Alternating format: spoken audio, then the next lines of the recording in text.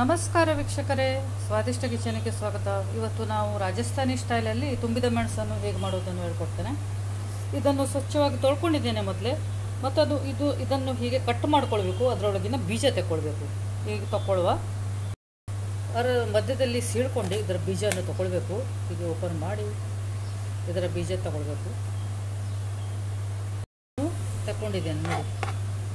ಈಗ ಓಪನಲ್ಲಿ ಯಾವುದು ಬೀಜ ಇರಬಾರ್ದು ಮತ್ತು ಖಾರ ಕೂಡ ಇರುವುದಿಲ್ಲ. ಈ ಮೆಣಸು ಆರಾಮಾಗಿ ಎಲ್ಲ ಮಾಡ್ಕೊಳ್ಳಿ. ಹೀಗೆ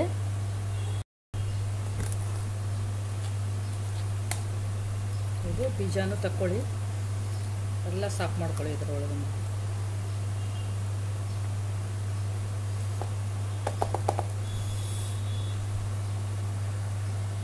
ಬೀಜ ಹೋಗಿದೆ. ಈಗ ಮಸಾಲನ್ನು ಇದರಲ್ಲಿ ತುಂಬಬೇಕು. ಮಸಾಲನ್ನು ರೆಡಿ ಮಾಡ್ಕೊಳ್ಳೋಣ. ಹಾಗೆ ಉಳಿಯೋದು, ತಟ್ಟು ಹಾಗೆ ಇರೋದು. ನಾನು ಕ್ಲೀನ್ ಮಾಡ್ಕೊಂಡಿದ್ದೇನೆ ನೋಡಿ. ಓಕೆ,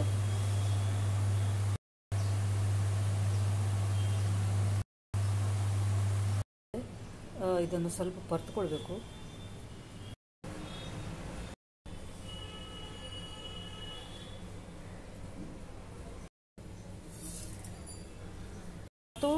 ಇದು ಆದಮೇಲೆ ಅರ್ಧ ಕಪ್ಪಷ್ಟು ಬೇಸನನ್ನು ತಗೊಂಡಿದ್ದೇನೆ. ಇದು ಸ್ವಲ್ಪ ಪರ್ತ್ಕೊಳ್ಳಿ.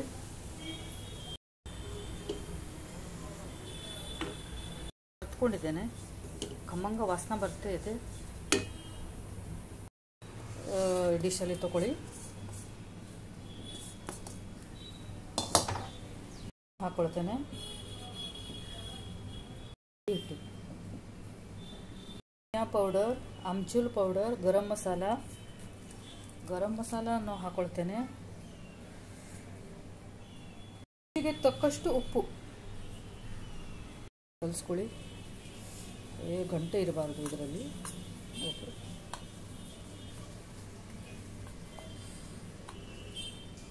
ಎಷ್ಟಾಗುತ್ತೆ ಅವ್ರು ಸ್ವಲ್ಪ ಬೆಲ್ಲ ಆ್ಯಡ್ ಮಾಡ್ಕೊಳ್ಳಿ. ಇದರಲ್ಲಿ ಎಣ್ಣೆಯನ್ನು ಹಾಕ್ಕೊಳ್ತೇನೆ. ನೀರನ್ನು ಅಜಿಬಾತ್ ಹಾಕ್ಕೊಳ್ಬಾರ್ದು ಇದರಲ್ಲಿ.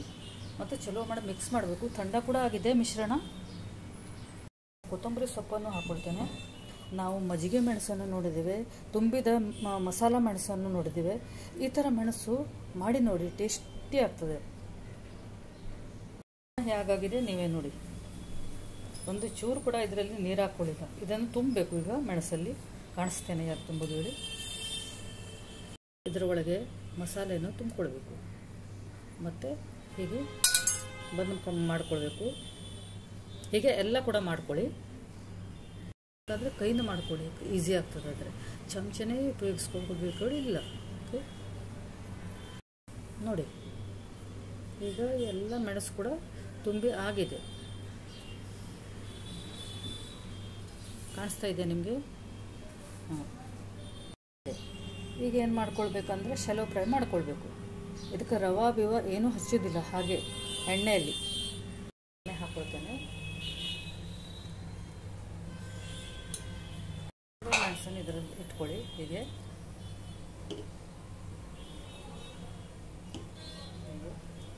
ಇಟ್ಕೊಳ್ಳಿ. ಸಣ್ಣ ಬೆಂಕಿಯಲ್ಲಿ ಎಣ್ಣೆಯಲ್ಲಿ ಬೇಯಿಸ್ಲಿಕ್ಕೆ ಇಡಬೇಕು. ನಾನು ಮುಚ್ಚಿ ಬೇಯಿಸ್ತೇನೆ. ಆಮೇಲೆ ಒಂದು 5 ನಿಮಿಷದ ನಂತರ ಟರ್ನ್ ಮಾಡ್ತೇನೆ. ಬದಿಗೆ ಪರ್ಸ್ಕೊಳ್ಳಿ ಹೀಗೆ ಮಾಡಿ. ಓಕೆ, ಒಂದು ಬದಿ ಆಗಿದೆ. ಹೀಗೆ ಪರ್ತ್ಕೊಳ್ಳಿ ಮೆಣಸನ್ನು. ಹೇಗಿದೆ ಒಂದು ಪ್ಲೇಟಲ್ಲಿ ತಗೊಳ್ತೇನೆ.